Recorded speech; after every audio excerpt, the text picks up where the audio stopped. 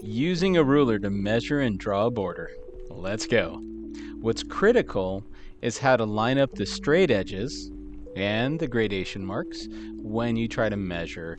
Also, don't forget about those units.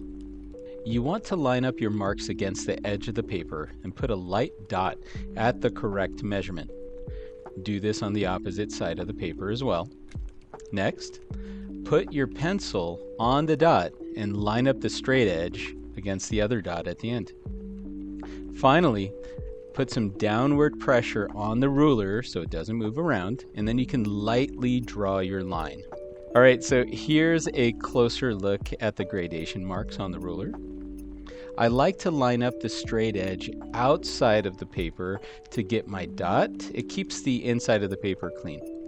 Then I put downward pressure on the ruler once the straight edge is properly lined up against both dots.